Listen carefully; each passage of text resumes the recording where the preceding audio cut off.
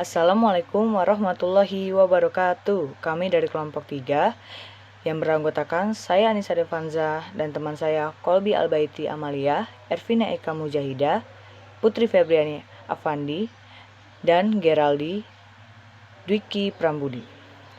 Di sini kita akan mempresentasikan tentang pendekatan dan metode pembelajaran bahasa dalam mata kuliah pengembangan pembelajaran bahasa Indonesia di SD yang diampu oleh Bu Hafijah SS MPD.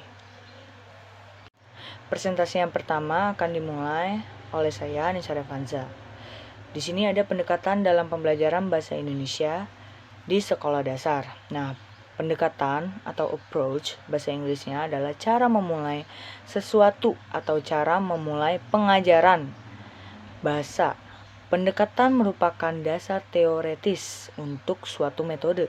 Secara lebih luas, pendekatan merupakan asumsi tentang bahasa, antara lain asumsi yang menganggap bahasa merupakan kebiasaan, ada pula yang menganggap bahasa sebagai suatu sistem komunikasi yang pada dasarnya dilisankan, dan ada lagi yang menganggap bahwa bahasa sebagai perangkat kaidah. Nah, di sini yang pertama adalah pendekatan kontekstual. Jadi sistem kontekstual adalah suatu proses pendidikan yang bertujuan membantu peserta didik melihat makna dalam bahan yang mereka pelajari dengan cara menghubungkannya dengan konteks kehidupan sehari-hari.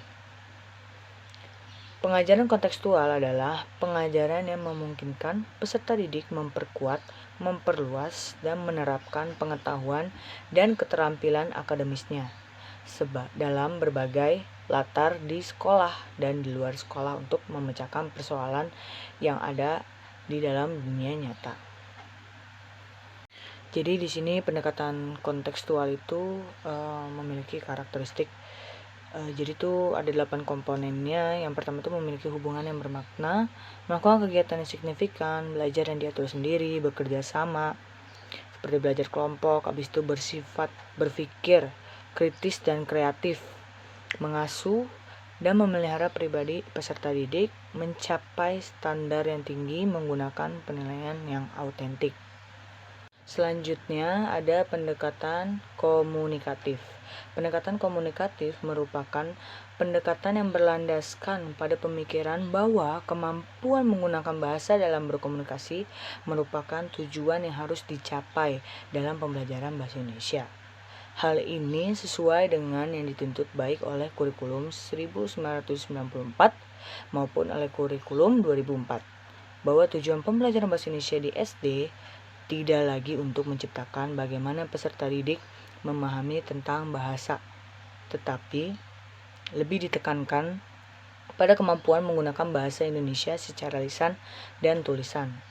Kompetensi berbahasa seseorang tidak memberikan pengaruh terhadap performansi berbahasanya atau sebaliknya. Pengetahuan kebahasaan dengan pengetahuan penutur terhadap bahasa sebagai suatu sistem dan merupakan kemampuan potensial dalam diri penutur.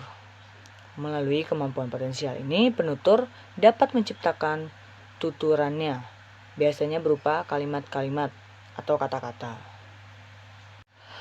Jadi di sini ada ciri-ciri peserta didik yang sesuai dengan konsep pendekatan komunikatif. Jadi itu selalu berkeinginan untuk menafsirkan tuturan secara tepat, berkeinginan agar bahasa yang digunakan selalu komunikatif, habis itu tidak merasa malu jika berbuat kesalahan dalam berkomunikasi, selalu menyesuaikan bentuk dan makna dalam berkomunikasi, frekuensi latihan berbahasanya lebih tinggi. Habis itu selalu memantau ujaran sendiri dan ujaran mitra bicaranya atau orang yang diajak bicara untuk mengetahui apakah pola-pola bahasa yang diucapkan tersebut dapat diterima dan dipahami oleh masyarakat. Berdasarkan konsep pendekatan komunikatif, guru bukanlah penguasa tunggal dalam kelas. Guru bukanlah satu-satunya pemberi informasi dan sumber belajar, akan tetapi guru juga sebagai penerima informasi dari peserta didik. Jadi pembelajaran didasarkan atas multisumber. Sumber pembelajaran adalah guru, peserta didik, dan lingkungannya. Lingkungan terdekat adalah kelas. Sekian presentasi dari saya, akan dilanjutkan oleh Kolbi Albaiti. Saya, Kolbi Albaiti Amalia, ingin melanjutkan presentasi dari Anissa Revanza, yaitu selanjutnya mengenai pendekatan tujuan. Pendekatan tujuan ini dilandasi oleh pemikiran bahwa dalam setiap kegiatan belajar mengajar yang harus dipikirkan dan ditetapkan lebih dahulu ialah tujuan yang hendak dicapai. Dengan memperhatikan tujuan yang telah ditetapkan itu dapat ditentukan metode mana yang akan digunakan dan teknik pengajaran yang bagaimana yang diterapkan agar tujuan pembelajaran tersebut dapat dicapai. Jadi, proses belajar mengajar ditentukan oleh tujuan yang telah ditetapkan untuk mencapai tujuan itu sendiri. Misalnya, untuk pokok bahasan menulis, tujuan pembelajaran ditetapkan ialah siswa mampu membuat karangan atau cerita berdasarkan pengalaman atau informasi dari bacaan. Berdasarkan pada pendekatan tujuan, maka yang penting ialah tercapainya tujuan, yakni siswa memiliki kemampuan mengarang. Adapun mengenai bagaimana proses pembelajarannya, bagaimana metodenya, bagaimana teknik pembelajarannya, tidak merupakan masalah penting. Demikian pula kalau yang diajarkan pokok bahasan struktur dengan tujuan siswa memiliki pemahaman mengenai bentuk-bentuk kata bahasa Indonesia. Selanjutnya ada pendekatan struktural. Pendekatan struktural merupakan salah satu pendekatan dalam pembelajaran bahasa yang dilandasi oleh asumsi yang menganggap bahasa sebagai seperangkat kaidah. Atas dasar anggapan tersebut, timbul pemikiran bahwa pembelajaran bahasa harus diutamakan penguasaan kaidah-kaidah bahasa atau tata bahasa. Dalam hal ini, pengetahuan tentang pola-pola kalimat, pola kata, dan suku kata menjadi sangat penting. Jelas bahwa aspek kognitif bahasa diutamakan. Dengan pendekatan struktural, siswa akan menjadi cermat dalam menyusun kalimat karena mereka memahami kaidah-kaidahnya. Selanjutnya ada pendekatan terpadu. Pendekatan terpadu dalam pembelajaran bahasa Indonesia berarti pendekatan yang melaksanaannya memadukan aspek-aspek bahasa. Aspek-aspek bahasa tersebut di dalam praktik berbahasa selalu digunakan secara bersamaan dan terpadu, baik aspek-aspek kebahasaan maupun aspek-aspek keterampilan berbahasa. Bahkan dengan bidang-bidang lain, bahasa selalu menyatu di dalam pemakaian. Pembelajaran bahasa secara terpadu menaruh penghargaan terhadap bahasa dan dengan seksama meningkatkan penguasaan bahasa siswa. Hal-hal penting yang terjadi di dalam kelas dengan bahasa terpadu menurut Yeager adalah sebagai berikut. Yang pertama, siswa banyak bergaul dengan literatur atau bacaan. Yang kedua, siswa merasakan peningkatan dalam belajarnya dan memperlihatkan kesanggupan belajar yang tinggi. Yang ketiga, guru-guru berinteraksi dengan siswa baik sebagai pembaca maupun sebagai penulis. Yang keempat, guru memperlihatkan penilaiannya terhadap bacaan dan penulisan pada umumnya. Di sini saya Putri Febriani Afandi ingin melanjutkan presentasi dari Kolbi Albaiti. Di sini saya akan membahas tentang pendekatan keterampilan proses. Keterampilan proses berfungsi sebagai alat menemukan dan mengembangkan konsep. Konsep yang telah ditemukan atau dikembangkan berfungsi pula sebagai penunjang keterampilan proses. Interaksi antara pengembangan keterampilan proses dengan pengembangan konsep dalam proses belajar mengajar menghasilkan sikap dan nilai dalam diri siswa. Keterampilan proses dapat berbeda-beda dalam setiap mata pelajaran, yaitu yang pertama mengamati, menggolongkan, menafsirkan, menerapkan, dan mengkomunikasikan. Selanjutnya ada pendekatan whole language. Whole language dapat dinyatakan sebagai perangkat wawasan yang mengarahkan kerangka pikir praktisi dalam menentukan bahasa sebagai materi pelajaran, isi pembelajaran, dan proses pembelajaran. Pengembangan wawasan whole language dipahami konsep konstruktivisme language, experience, approach atau yang disingkat dengan LEA, dan progresivisme dalam pendidikan. Componental language di kelas harus pula melibatkan semua keterampilan dan unsur bahasa dalam kegiatan pembelajaran. Yang pertama yaitu reading aloud, sustained silent reading, journal writing, shared reading, guide reading, grade reading, independent reading, dan independent rating. Selanjutnya, presentasi akan dibahas oleh Ervina Eka. Saya Ervina Eka Mujahida ingin melanjutkan presentasi yaitu yang berjudul Metode dalam Pembelajaran Bahasa Indonesia Sekolah Dasar. Metode pembelajaran memiliki pengertian sebagai cara yang digunakan seorang pendidik atau dalam hal ini guru dalam menjalankan fungsi berinteraksi dengan anak didik pada saat proses pembelajaran berlangsung. Sedangkan menurut M. Sobri Sutikno 2009.288, metode pembelajaran merupakan cara-cara menyajikan materi pembelajaran yang dilakukan oleh pendidik agar terjadinya proses pembelajaran pada diri siswa dalam upaya mencapai tujuan.